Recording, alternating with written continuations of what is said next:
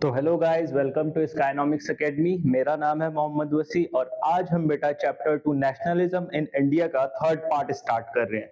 तो बेटा पिछले पार्ट में मैंने आपको बताया था बेटा नेशनलिज्म होता क्या है, नेशनलिज्म कैसे जागा, इंडिया में कैसे जागा, क्या क्या छोटे छोटे मूवमेंट रहे जिनकी वजह से नेशनलिज्म की स्टार्टिंग हुई। और पिछली बार मैंने आपको ज्योतिबा फूले वगैरह के बारे में, राजा राम मोहन रॉय के बारे में बताया था। ठीक है, और आज हम कर रहे हैं बेटा स्टार्ट पार्ट थर्ड। ठीक है, तो सबसे पहला बेटा पार्ट थर्ड में आता है, सबसे पहले आता है बेटा contribution of other socio religious reformer. ठीक है, मूवमेंट। अब बेटा रिफॉर्म मूवमेंट में सबसे ज्यादा जो आपके चैप्टर में जो दे रखा है वो दे रखा है सिलेबस में राजा राम मोहन रॉय और ज्योतिबा फूले के बारे में। अब उसके बाद बेटा कुछ और भी अदर कंट्रीब्यूटर थे जिन्होंने इंडिया को नेशनलिज्म रिवाइव करने में मदद की थी। उसके सबसे पहले आता है बेटा आर्य समाज। ठीक है, आर्य समाज की बात करते हैं बच्चे। The Arya Samaj was founded in 1875। ठीक है, तो स्थापना कब की गई थी? 1875 में। किसने करी थी? स्वामी दयानंद जी ने करी थी। ठीक है, ही oppose the caste system.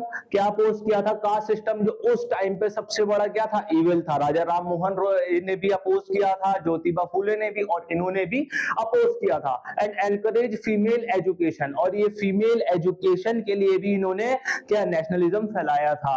And remarriage of widows. Arya Samaj played a progressive role in the earlier stage of Indian nationalism. ठीक है, और इंडियन नेशनलिज्म में बेटा इनने, आर्य समाज ने मतलब क्या, एक कास्ट सिस्टम को हटाने में मदद करी थी, विडोज के लिए रिमैरिज का एक मैसेज पहुंचाया था, और फीमेल एजुकेशन के लिए भी बढ़ावा दिया था। नेक्स्ट आता है बेटा आपका द रामकृष्ण मिशन। ठीक है, रामकृष्ण मिशन जो था बेटा founded by 1896 by Swami Vivekananda. किसने चलाया था? स्वामी विवेकानंद जी ने चलाया था। It believed in the principle that service to God is the service of man. क्या कह रहे हैं बेटा?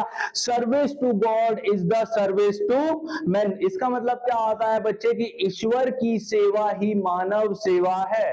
ठीक है, it establish hospital orphan to elevate the suffering of those in distress. मतलब जो लोग तनाव में है, डिस्ट्रेस में है, उनके लिए हॉस्पिटल्स और इन्होंने ऑर्फनेज वगैरह एस्टैब्लिश करवाए थे। ठीक है, नेक्स्ट हम चलते हैं बेटा रिवाइवलिज्म अमंग द मुस्लिम्स। ठीक है, अब बेटे मुस्लिम्स में किसने रिवाइव करा था नेशनलिज्म? सबसे ज्यादा करा था बेटा सर सैयद अहमद खान। हाँ जी, किसने करा था? सर सैयद अहमद खान ने करा था। Who was the founder of Aligarh movement in India. क्या?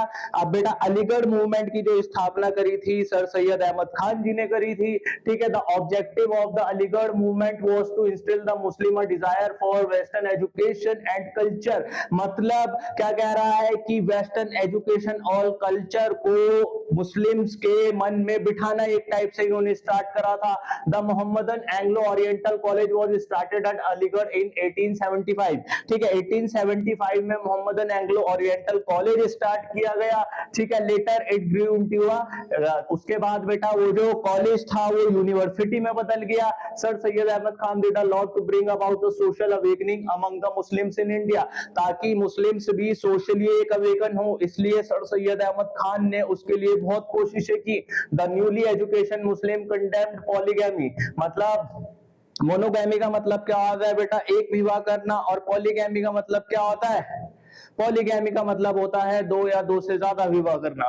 ठीक है, अब जो नए मुस्लिम एजुकेटेड थे उन्होंने पॉलीगैमी को डिनाई करा, पर्दा सिस्टम को हटाया, and other evil that crept into the society, और अदर इविल जो सोसाइटी में फैल रखे थे उन्हें भी हटाया। नेक्स्ट आता है बेटा ये जितने भी रिफॉर्म्स हुए, all this reforms denounce untouchability and rigidities of the caste system. मतलब जितने भी कि इंडिया को आप कास्ट सिस्टम वगैरह छोड़कर और अपना छुआछूत, जिसे क्या बोला जाता है, अनटचेबिलिटी छोड़कर एकजुट होना पड़ेगा। अगर देश को स्वराज दिलाना है, देश को अगर इंडिपेंडेंस दिलाना है, the ideas of brotherhood and equality attract the attention of the so called lower caste. अब बेटे जाहिर सी बात है, सबसे ज्यादा किसके साथ होता था? सबसे ज्यादा जिन्हें मार्जिनलाइज कर दिया था, मतलब इंडिया की सोसाइटी ने सबसे ज्यादा मार्जिनलाइज करा था, क्या? लोअर कास्ट के लोग थे। तो ये जो ब्रदरहुड का आइडिया आया, ये जो क्या यूनिटी का आइडिया आया, इसने सबसे ज्यादा जो अट्रैक्ट करा वो लोअर कास्ट लोगों को करा।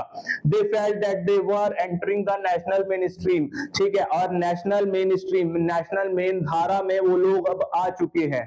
अब नेक्स्ट आता है बेटा, ठीक है, role of the press and Indian literature. अब प्रेस का क्या रोल रहा, ठीक है। अब ये लोग क्या था बेटा, इंडिया में जो था, ठीक है, इंडिया में ब्रिटिशर्स ने काफी सारे एक्ट वगैरह लेकर आए प्रेस वगैरह के लिए, ताकि नेशनलिज्म ना फैल सके, कि वो जो कर रहे हैं इंडियंस के साथ, वो लोगों को मतलब एक सेक्टर में अगर कर रहे हैं, एक सोसाइटी में अगर कर रहे हैं, तो वो दूसरी सोसाइटी को पता ना चल जाए, ठीक है बेटा। तो बेटा press played an important role in developing nationalism among the India in many ways. कैसे करा इंडिया में बेटा, सबसे पहला जो था स्ट्रगल अगेंस्ट प्रेस सेंसरशिप, ठीक है। प्रेस सेंसरशिप क्या था कि पहले के टाइम पे जो था बेटा, इंडिया जो था, इंडिया के जो वो थे अखबार वगैरह, वो ब्रिटिश सरकार के खिलाफ कुछ भी नहीं छाप सकते थे। तो बेटा Raja Ram Mohan Roy was the founder of nationalist journal in India, ठीक है। ये कौन थे, राजा राम मोहन रॉय जो थे बेटा, इन्होंने नेशनलिस्ट जनरल की शुरुआत करी थी, जो हिंदुस्तान में एक टाइप से क्या फैला रहे थे, नेशनलिज्म फैला रहे थे, देशभक्ति फैला रहे थे। There had been a strict censorship on the publication of paper. जैसे मैंने अभी आपको बताया कि स्ट्रिक्ट सेंसरशिप था कि आप कुछ भी नहीं छाप सकते। अगर आप ब्रिटिश सरकार के खिलाफ उल्टा सीधा छापोगे तो क्या होगा, आपके खिलाफ क्या करा जाएगा बेटा, रिपोर्ट दर्ज की जाएगी, आपकी प्रेस को बंद कर दिया जाएगा, आपको पेनल्टीज वगैरह भरनी पड़ेगी, ठीक है। And general, Raja Ram Mohan Roy waged legal battle against the press regulation. अब वो क्या कह रहा है बेटा, ठीक है, कि राजा राम मोहन रॉय ने एक लीगल तरीके से इनके खिलाफ लड़ाई लड़ी है, ठीक है। प्रेस, दादा भाई नारोजी एडिटेड राष्ट्र गुफ्तार इन गुजराती, और ये एक न्यूज़पेपर था राष्ट्र गुफ्तार, जो कि दादा भाई नारोजी ने किसमें, गुजराती में एडिट किया था। उसके बाद keeping people informed of political development. अब जैसे बेटा जो इंग्लिश अखबार थे, ठीक है, इंग्लिश अखबार कौन कौन से, English daily such as the Times of India founded in 1861, दूसरा the Pioneer in 1865 and the statements in 1875 supported the policies of the government. मतलब ये सरकार के खिलाफ नहीं छापती थी, ये सरकार को सपोर्ट करती थी कि आज इस सेक्टर में ये किया गया, आज इस सेक्टर में ये बनवाया गया है, आज इस सेक्टर में ये डेवलपमेंट किया है। Yet they keep people informed of rapid political development in the country, कि क्या क्या डेवलपमेंट ब्रिटिश सरकार कर रही है, इन अखबारों में छप जाता था। नेक्स्ट आता है बेटा आपका spreading the message of natural right, ठीक है। अब क्या था कि एक व्यक्ति को अगर, ठीक है, एक व्यक्ति को अपने कॉन्स्टिट्यूशन फ्रीडम पता है कि क्या क्या उसके पास राइट्स है, क्या क्या उनके लॉज वगैरह बने हुए हैं, लेकिन इसे अगर भीड़ में फैलाना है तो सबसे अच्छा क्या है बेटा, आपका अखबार है, क्योंकि अखबार हर कोई पढ़ता है।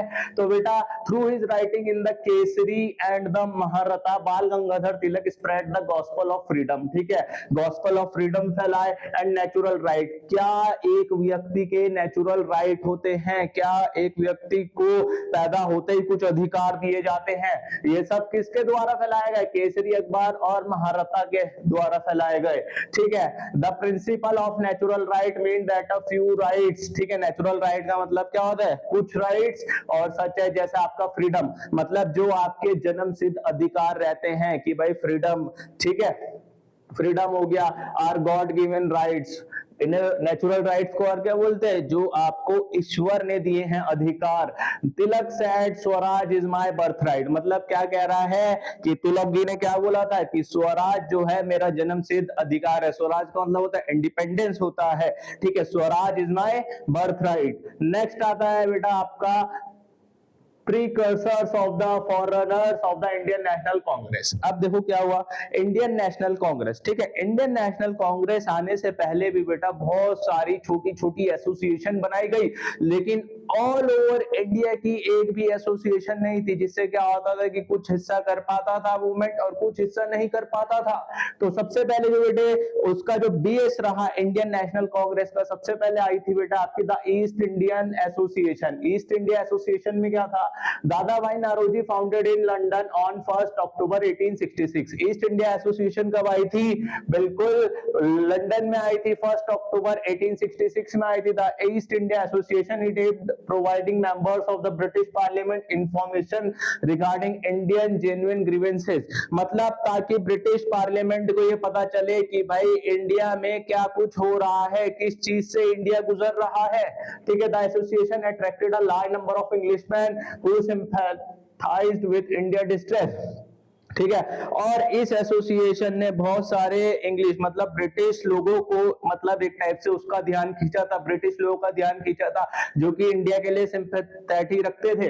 ठीक है, it recommend the abolition of cotton duties, क्या क्या रिकमेंड करता था कि भाई कॉटन ड्यूटीज पे जो आपने वो लगा रखे टैक्स वगैरह उन्हें एबॉलिश करो। And the petition the government to withdraw the vernacular press act, मतलब वर्नाकुलर प्रेस एक्ट के खिलाफ क्या करा गया, एक टाइप से पिटीशन करा गया। पिटीशन का मतलब क्या होता है बच्चे, आपका अनुरोध किया गया। ठीक है, the association became popular as soon branches in Mumbai, Kolkata and Chennai, मतलब विड्रॉ वगैरह करने के लिए वर्नाकुलर प्रेस एक्ट की विड्रॉ करने के लिए अनुरोध वगैरह किया गया, और आगे जाके बेटे इसकी ब्रांचेस जो थी मुंबई में भी, कोलकाता में भी और चेन्नई में भी खोली गई, किसकी, ईस्ट इंडिया एसोसिएशन की। देन बेटा उसके बाद आई आपकी पूना सार्वजनिक सभा, क्या आई, पूना सार्वजनिक सभा।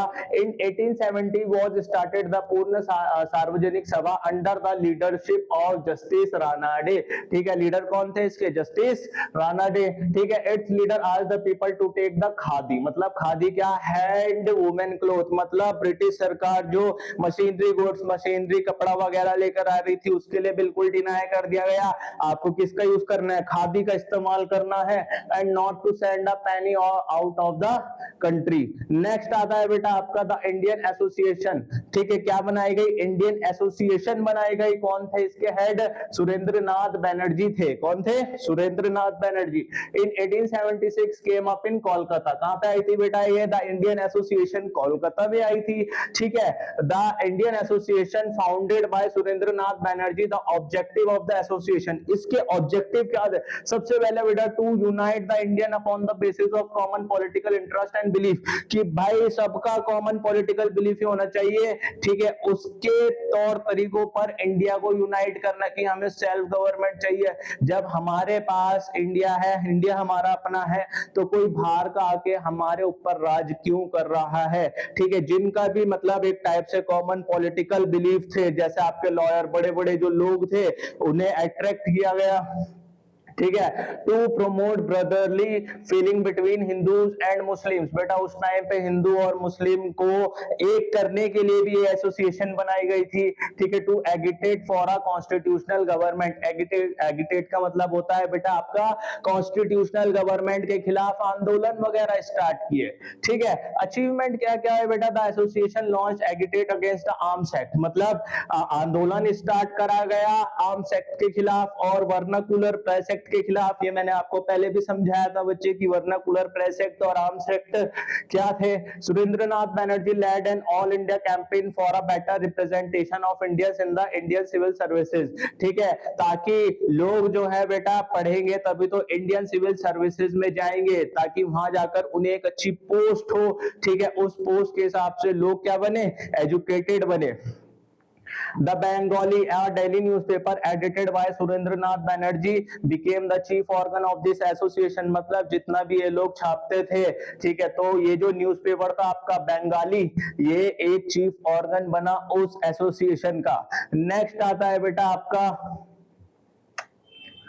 नेक्स्ट आता है बेटा इंडियन नेशनल कॉन्फ्रेंस। अब क्या हुई कि इंडियन नेशनल कॉन्फ्रेंस हुई। All the above association were mainly local in character.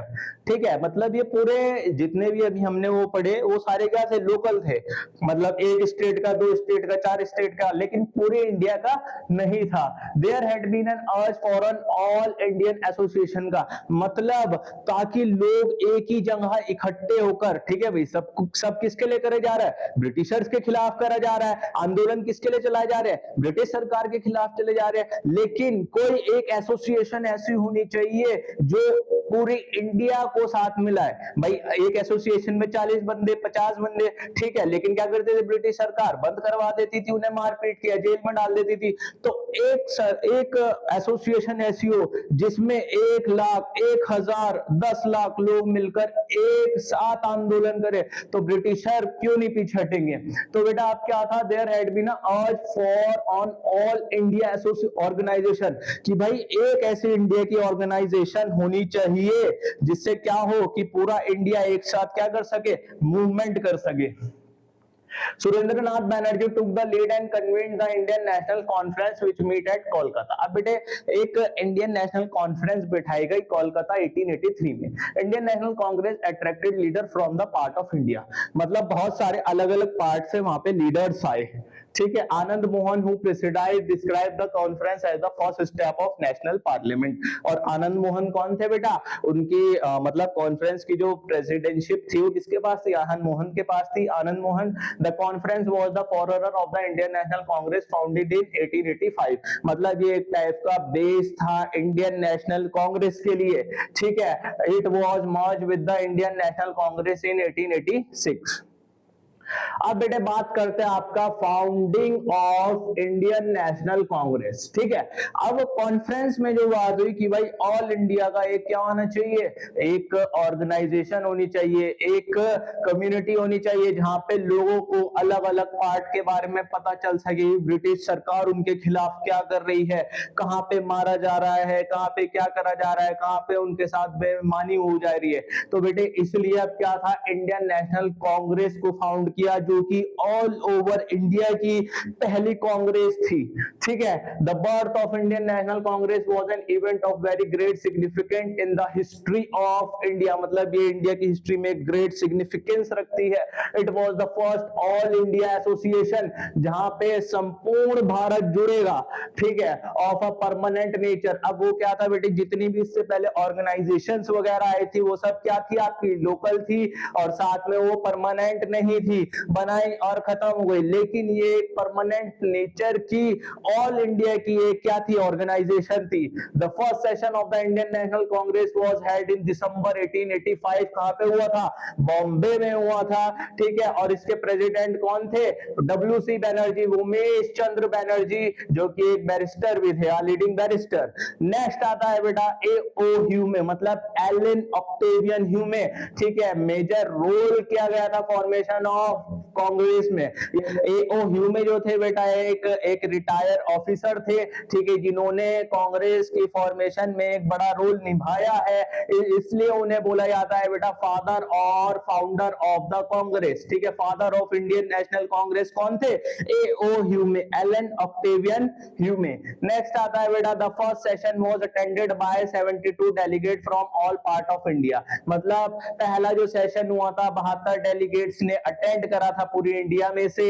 It was attended bye eminent person, कौन कौन थे बेटा, जो बड़े बड़े लोग थे जिन्होंने ये सेशन अटेंड किया था, बड़े बड़े लीडर्स का नाम क्या था, ठीक है। सबसे पहले आते बेटा Dadabhai Naoroji, Umesh Chandra Banerjee, KT Telang, Feroz Shah Mehta, Badruddin Tyabji, G Subramania Iyer, NG Chandavarkar, justice Ranade और बेरहमजी मालाबारी, ठीक है बेटा। तो ये सारे कौन थे, लीडर्स थे, बड़े बड़े लीडर्स थे जो कि जिन्होंने पहला सेशन अटेंड किया था। ऐसे करके आपकी बेटा इंडियन नेशनल, मतलब ऑल इंडिया की इंडियन नेशनल जो थी, इंडियन नेशनल कांग्रेस फॉर्म हुई थी।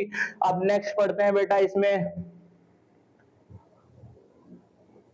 Objective of the Indian national Congress. इसका ऑब्जेक्टिव क्या था, इमीडिएट ऑब्जेक्टिव क्या था, सबसे पहले to promote friendly relation between nationalist political worker from different part of the country.